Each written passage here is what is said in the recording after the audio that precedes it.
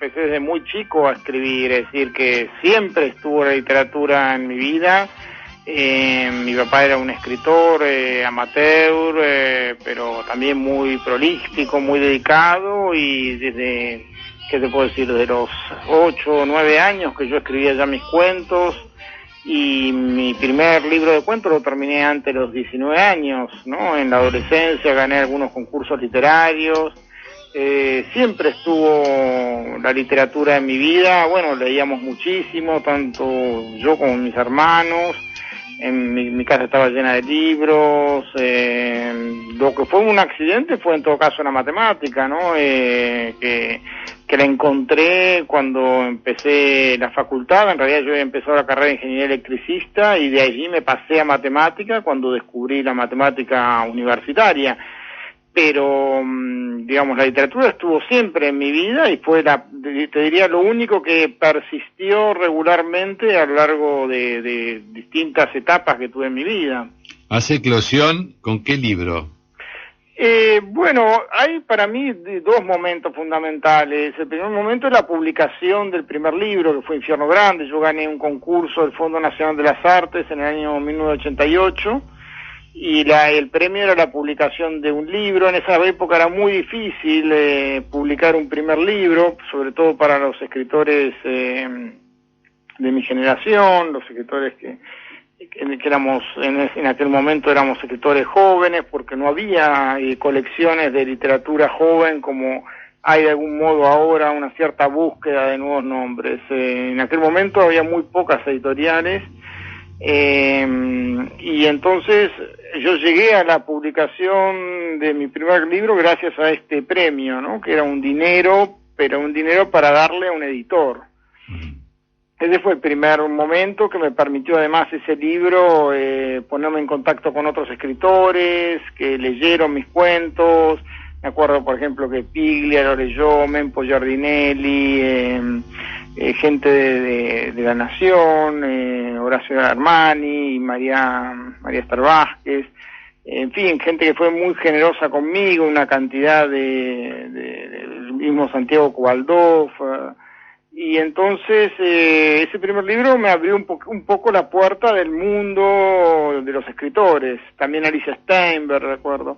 Y luego el segundo momento para mí importante fue cuando gané con Crímenes Imperceptibles el Premio Planeta, porque Caizano Vena me permitió de algún modo acceder a un segundo círculo de público mucho más amplio, ¿no? Incluso después se hizo la película en base a esa novela y eso también le dio una segunda vida a esa novela. Es una novela que también llegó a los colegios secundarios y que se está reeditando permanentemente desde el 2003 hasta ahora, ¿no? Y se tradujo a varios idiomas, ¿verdad? Se tradujo a 37 idiomas.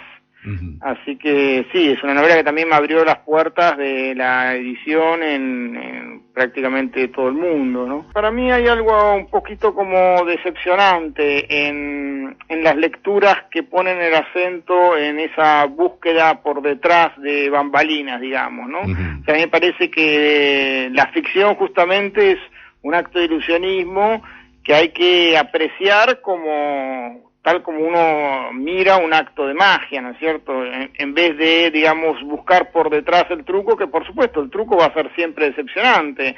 La vida real siempre en un punto es decepcionante con respecto justamente a esa especie de exasperación de la vida real que es la ficción. Sí. Entonces la ficción tiene que brillar por sí misma y a veces la gente que busca por detrás de las ficciones el dato real.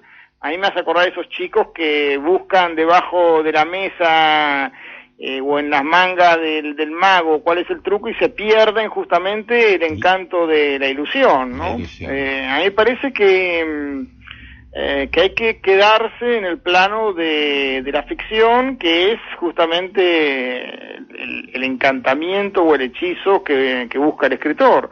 Los materiales de la vida real van a ser siempre deleznables, ¿no es cierto? Van a ser siempre, bueno, prosaicos, van a ser siempre lo conocido, no sé, más allá del chisme personal, me parece que lo interesante está en el mundo de la ficción.